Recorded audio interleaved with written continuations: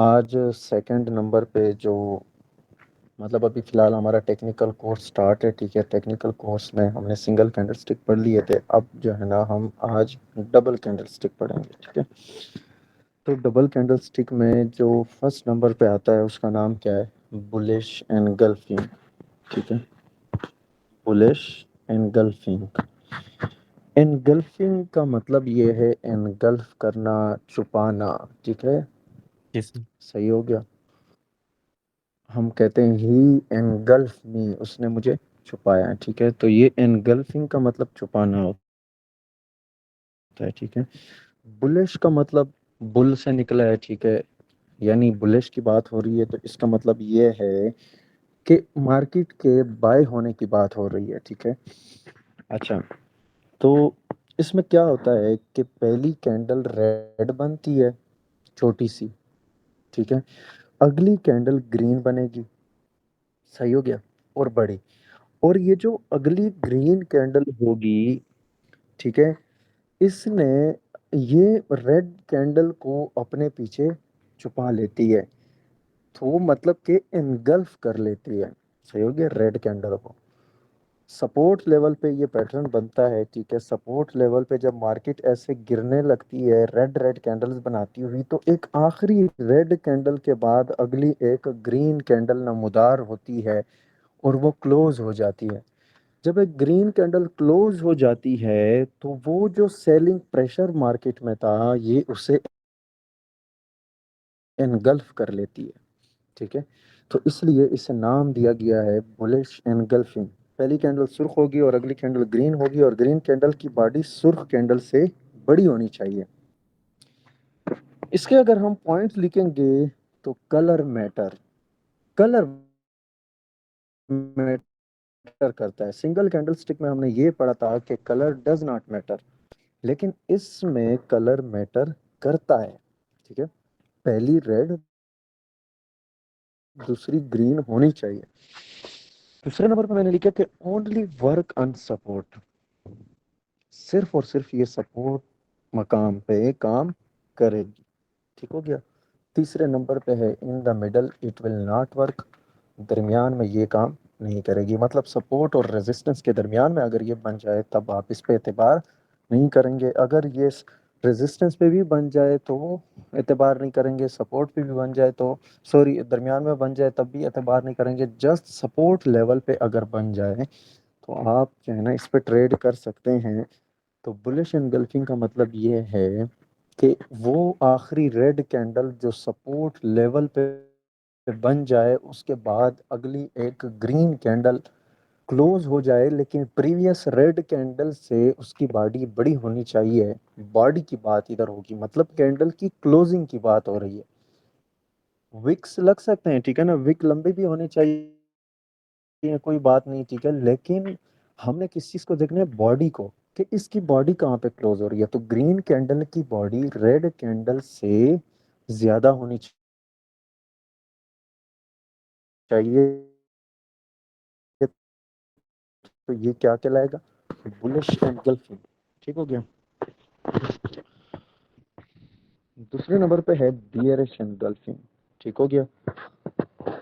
Bearish का मतलब beer की बात हो रही है, सेलिंग की बात हो रही है मार्केट में, और एंगल्फिंग का मतलब वही बात, ठीक है, छुपाना।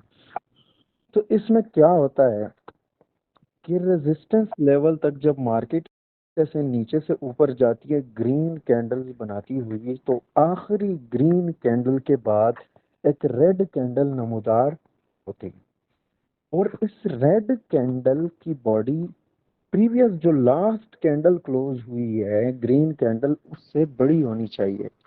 तो इसे क्या कहते हैं? Bearish bearish engulfing. एनगल्फिंग। अब ये पैटर्न क्या करता है कि जब बायर्स, ठीक है ना, मार्केट को ऊपर लेके जाते हैं रेजिस्टेंस लेवल तक, तो रेजिस्टेंस लेवल पे एक रेड कैंडल नमूदार होती है, और वो जो बाइंग प्रेशर होता है ये उसे एंगल्फ कर लेती है, ठीक है?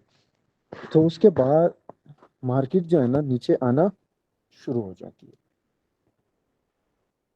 कुछ ट्रेडर्स का ये मानना है कि पूरे फॉरेक्स मार्केट में यानी कि उनका ये मानना है कि ये जो पूरी फॉरेक्स मार्केट है, ठीक है, ये टोटली एनगल्फिंग पे ही चलती है।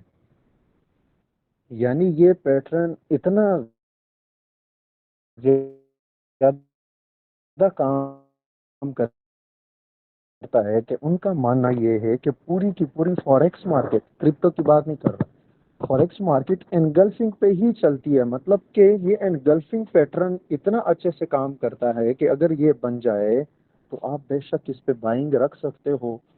और आगे इंशाल्लाह जब हम एसएमसी का कोर्स पढ़ेंगे, स्मार्ट मनी कॉन्सेप्ट का कोर्स पढ़ेंगे, ठीक है, तो उसमें ये होगा कि मैं फिर इस पैटर्न की अहमियत वहां पे बताऊंगा। ठीक है ना। ये एनगल्फिंग पैटर्न जो है आप लोगों के जहन में होना चाहिए। एनगल्फिंग में एक बुलिश है और एक बियरिश एनगल्फिंग है। तो क्योंकि जो ऑर्डर ब्लॉक बनते हैं, ठीक है, एसएमसी में हम ऑर्डर ब्लॉक पढ़ेंगे तो वो टोटली एनगल्फिंग की वजह से ही बनते हैं, ठीक है। और ऑर्डर ब्लॉक क्यों बनते हैं ये भी इंशाल्लाह फिर हम वहाँ पे डिस्कस करेंगे। बहरहाल बियरिश एनगल्फिंग के नीचे मैंने लिखा है कि कलर मैटर। इसका कलर अब यूं होना चाहिए कि पहली कैंडल ग्रीन, दूसरी रेड होनी चाहिए और रेड की बॉडी ग्रीन से बड़ी बढ़िया। होनी चाहिए। ओनली वर्क ऑन रेजिस्टेंस, सिर्फ और सिर्फ ये रेजिस्टेंस पे काम करेगी। सिंगल कैंडल स्टिक में हम ये पढ़ रहे थे कि work on support and resistance, support और रेजिस्टेंस दोनों पे वो काम करते थे, लेकिन ये डबल कैंडल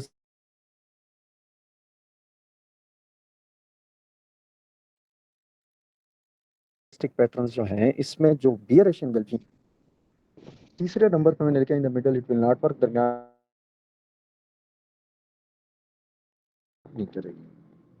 एनगल्फिंग की समझ आ गई? कोई क्वेश्चन है इसमें तो पूछ सकते हैं। हाँ, बस यार, क्लियर है जी। अच्छा, थर्ड नंबर यार, पे डबल कैंडल स्टिक में जो आता है उसका नाम है बुलिश हरामी। ठीक है। फॉरेक्स मार्केट में एक और पैटर्न भी बनता है डबल कैंडल स्टिक में, इसका क्या नाम है? बुलिश हरामी। ठीक है। ये पैटर्न भी अच्छे से काम करता है, लेकिन एनगल्फिंग तो बहुत अच्छे से काम करता है, ये भी काम करता है। ठीक है। वैसे इन्होंने ये ऐसे इजाद नहीं किया, ठीक है ना। फॉरेक्स मार्केट में हर हर पैटर्न काम करता है, ठीक है। लेकिन एक बात याद रखें कि एक पैटर्न के लिए आप न बैठ जाया करें कि नहीं बस ये, मतलब बाकी आप सब भूल जाएं। जब आप चार्ट को एनालाइज कर रहे हो तो वहां पर आपकी आंखें दो नहीं 10 होनी चाहिए। आपकी हर हर चीज पे नजर होनी चाहिए कि सपोर्ट कहाँ पे बन रहा है, रेजिस्टेंस कहाँ पे बन रहा है, सपोर्ट लेवल पे कौन सा पैटर्न बन रहा है, क्या कोई ट्रेंड लाइन तो नहीं बन रही, मार्केट में ट्रेंड कौन सा चल रहा है, ठीक है ना। तो ये सारी चीजें जब आप देखेंगे ना तब आपको जो है ना एक निचोड़ मिलेगा कि मार्केट कहाँ तक जाएगी। लेकिन अगर आप सिर्फ एक एनगल्फिंग के लिए बैठ जाएं कि नहीं यार बस बुलिश एनगल्फिंग बन गया बाकी सब जो है ना बाढ़ में, ठीक है, तो ऐसा भी नहीं है। लेकिन ऐसा भी है कि आप जो है ना एक एक चीज को साथ साथ देखते जाएं, ठीक है ना। अच्छा, बुलिश हरामी एक पैटर्न बनता है इस मार्केट में, थर्ड नंबर पे डबल कैंडलस्टिक में आता है। हरामी का मतलब ये है, हरामी is a Japanese word means pregnant, pregnant lady. ठीक है। हरामी जापानीज वर्ड का नाम है। ये इस कैंडल को नाम इन्होंने ऐसे दिया है, ठीक है। ठीक हो गया। हरामी is a Japanese word meaning pregnant lady और a mother with a baby. ठीक है, दोनों मीनिंग हो सकते हैं।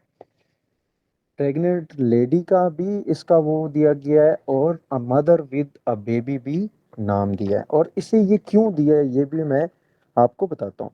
The formation of two candles look like a pregnant women. ठीक है, कि इस कैंडल स्टिक की फॉर्मेशन यूं कुछ दिखती है जैसे एक प्रेग्नेंट वुमेन। कैसे?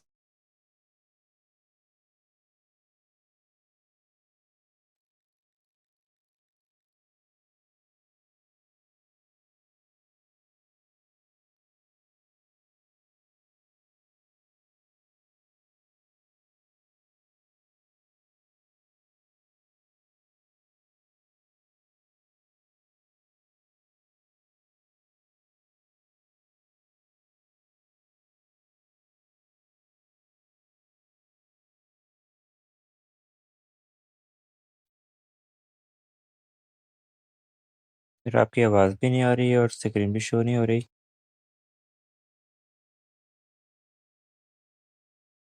कुछ ऐसे दी है, ठीक है ना, कि ये देखें, ये अ प्रेग्नेंट वुमेन, ठीक है ना, तो इसलिए या अ मदर विद अ बेबी, तो ये इसको नाम इसलिए दिया गया है, ठीक है ना, कि ये जो इसके फ्रंट पे जो छोटी सी कैंडल होती है, ये ऐसा समझे इसके पेट में बच्चा है, तो इसे बेबी कैंडल का नाम भी दिया जाता है, ठीक है। तो ये एनगल्फिंग से डिफरेंट है, ठीक है। बुलिश एनगल्फिंग में क्या होता है कि पहली रेड कैंडल छोटी होगी, ग्रीन बड़ी होगी, लेकिन बुलिश हरामी में पहली रेड कैंडल बड़ी होगी, अगली ग्रीन कैंडल छोटी होगी, ठीक है। नीचे मैंने लिखा है कि कलर मैटर करता है, ओनली वर्क ऑन सपोर्ट, सिर्फ और सिर्फ ये सपोर्ट पे बनेगी, बनती तो हर जगह है, लेकिन सिर्फ और सिर्फ जो है ना सपोर्ट पे काम करेगी। In the middle it will not work, दरमियान में ये काम नहीं करेगी। फोर्थ नंबर पे है बियरिश हरामी, ठीक है, उसके उलट है, ठीक है। कलर मैटर कलर मैटर करता है, ओनली वर्क ऑन रेजिस्टेंस, सिर्फ और सिर्फ ये रेजिस्टेंस पे काम करेगी। In the middle it will not work, दरमियान में ये काम नहीं करेगी, ठीक है। तो इसमें ये होगा कि पहली जो कैंडल होगी ग्रीन, वो बड़ी होगी, जिसे मदर कैंडल भी कहते हैं, और अगली जो छोटी कैंडल है रेड कैंडल, इसे बेबी कैंडल भी कहते हैं, और ये छोटी होगी और उसके बाद मार्केट सेल साइड पे आएगी, ठीक है। अगर ये रेजिस्टेंस लेवल पे बन जाए तो इसका किरदार है मार्केट में, ठीक है। इसकी समझ आ गई? कोई क्वेश्चन तो इसमें नहीं है? बुले शरामी बियर शरामी में कोई क्वेश्चन तो नहीं है, पूछे अगर है। फिर समझ आ रही। ओके, ठीक है। नेक्स्ट चलते हैं। फिफ्थ नंबर पे डबल कैंडल स्टिक में जो है वो है बुलिश ट्विजर या ट्विजर बॉटम। इसे बुलिश ट्विजर भी,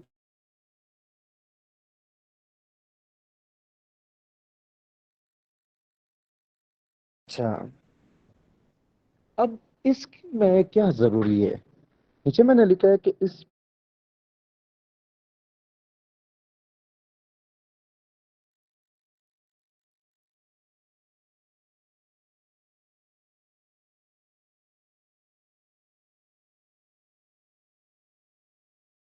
ऊपर की साइड चाहे विक है नहीं है, इट्स ओके, लेकिन नीचे की जानिब उसके विक को देखना है। या तो कैंडल के नीचे विक बराबर होने चाहिए, अगर विक नहीं है तो बॉडी बराबर होनी चाहिए। क्या मतलब? फॉर एग्जाम्पल सपोर्ट लेवल पे एक कैंडल बन गई इस टाइप की, तो अगर सिंगल कैंडल स्टिक के रूल से मैं देखूं तो ये एक हैमर है, ठीक है। हैमर हमने पढ़ा था, ठीक है, हथौड़ी, हैमर बन गया। अगेन एक दूसरी कैंडल बन जाती है और उसकी जो नीचे की जाने विक है ना, बिल्कुल वो उसके बराबर लगा लेती है। ऐसा देखा गया है मार्केट में, ठीक है, वो बिल्कुल उसके बराबर लगा लेती है और वो भी ऊपर क्लोज हो जाती है। चाहे ऊपर क्लोज हो, चाहे फिर इतनी नीचे क्लोज हो, चाहे जहां पे भी क्लोज हो, लेकिन उसकी विक जो है ना वो बिल्कुल पिछले के बराबर लगा लेती है। तो अगर इस पूरे दौरान में फॉर एग्जांपल आपने 1 घंटे का चार्ट खोला है, 1 घंटे में ये कैंडल बन गई, अब दूसरी कैंडल अभी जारी है, लेकिन जब इसने ये लो लगाया तो मजीद इसने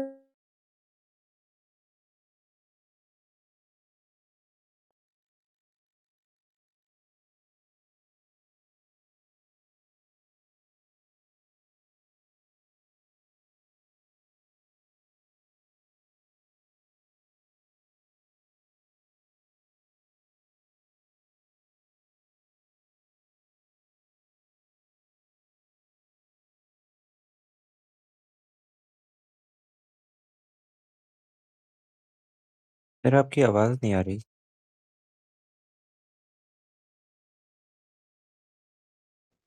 तो आपको एक और पैटर्न भी मिला, बुलिश ट्विजर या ट्विजर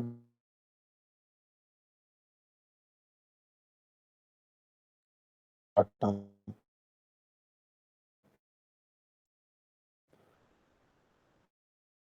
तो आपके पास जो है ना दो तीन कंफर्मेशन तो आ गए।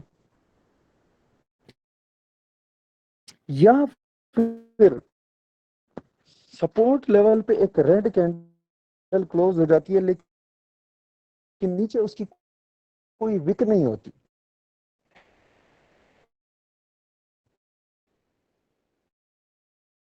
बिल्कुल उसकी बॉडी होती है, विक होती नहीं है।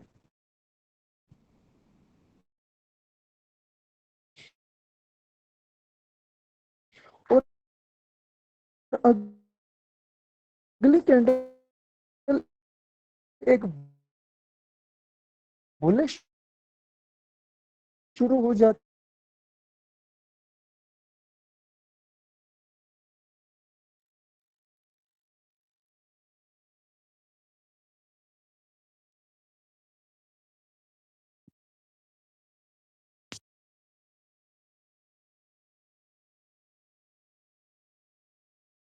है, टॉप भी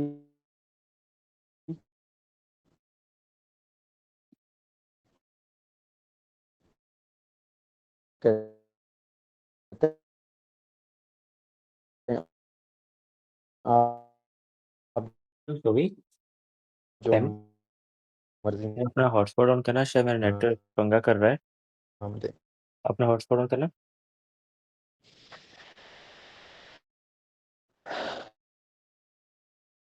ये उसके उलट है। अच्छा, अरे ला जैसे तैसे फिर जा रही हॉटस्पॉट ऑन कर देना। मैं